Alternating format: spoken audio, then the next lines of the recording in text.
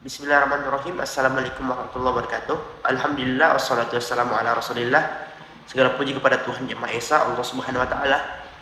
Bersolawat kepada Nabiullah Muhammad sallallahu alaihi wasallam.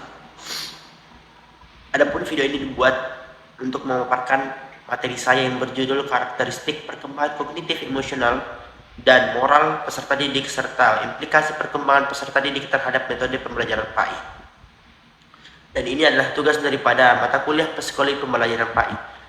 Sebelum memasuki materi, perkenalkan nama saya Labib dari kelompok 10 dengan NIM 1051911099824 dari kelas PAI 3D. Adapun latar belakang daripada materi saya yaitu peserta didik merupakan individu yang sedang mengalami proses perkembangan menuju kedewasaan, baik dari aspek fisik, kognitif, emosional maupun moral. Serta tahapan perkembangan tersebut memiliki karakteristik yang berbeda-beda dan mengaruhi cara berpikir, merasakan, serta bertingkah laku. Oleh karena itu, guru harus memahami tahap perkembangan peserta didik agar proses pembelajaran berjalan efektif dan sesuai dengan kebutuhan mereka. Dalam konteks pendidikan agama Islam, pemahaman terhadap perkembangan peserta didik sangatlah penting. Adapun masalah yang akan saya angkat yaitu pertama, apa saja pengembangan yang melatar belakangi karakteristik peserta didik. Yang kedua, bagaimana metode implikasi peserta didik dalam pembelajaran pendidikan agama Islam. Adapun karakteristik perkembangan peserta didik yang saya angkat ini 3. Yang pertama, perkembangan kognitif. Dalam tahap perkembangan kognitif ini memungkinkan anak memperoleh ilmu pengetahuan serta menggunakan ilmu pengetahuan yang telah diperoleh untuk dihubungkan dengan lingkungan dan masalah-masalah yang terjadi di sekitarnya.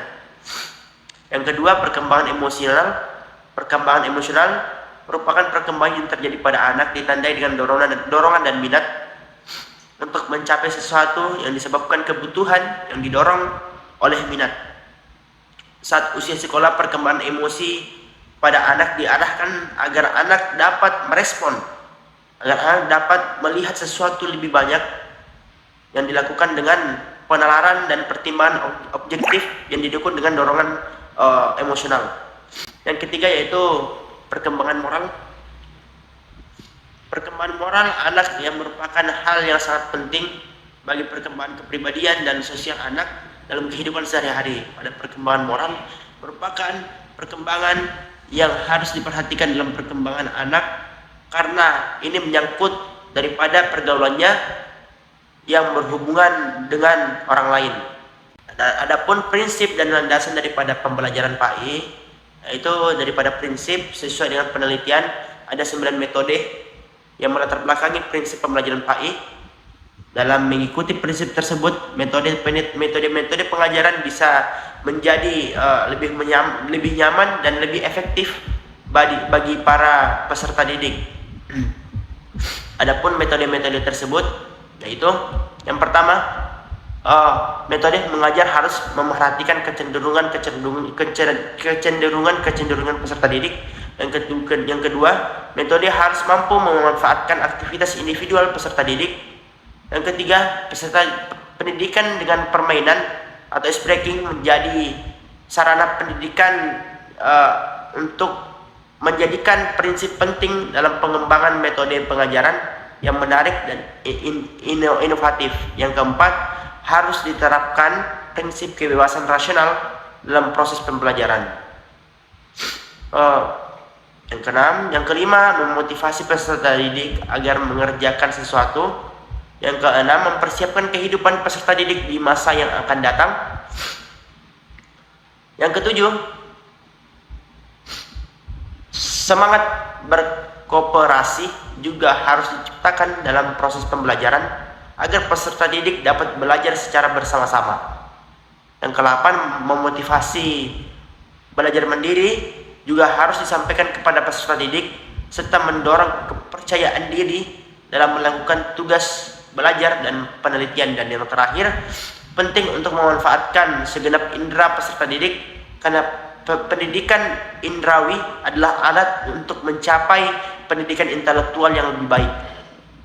Dan adapun landasannya yaitu landasan yang digunakan dalam pengembangan metodologi pembelajaran PAI yang dirumuskan dalam yang dirumuskan dari komposisi landasan pelaksanaan pendidikan agama Islam, yaitu landasan pertama dan landasan yang akan menjadi hal yang utama berlandaskan daripada Al-Quran dan hadis.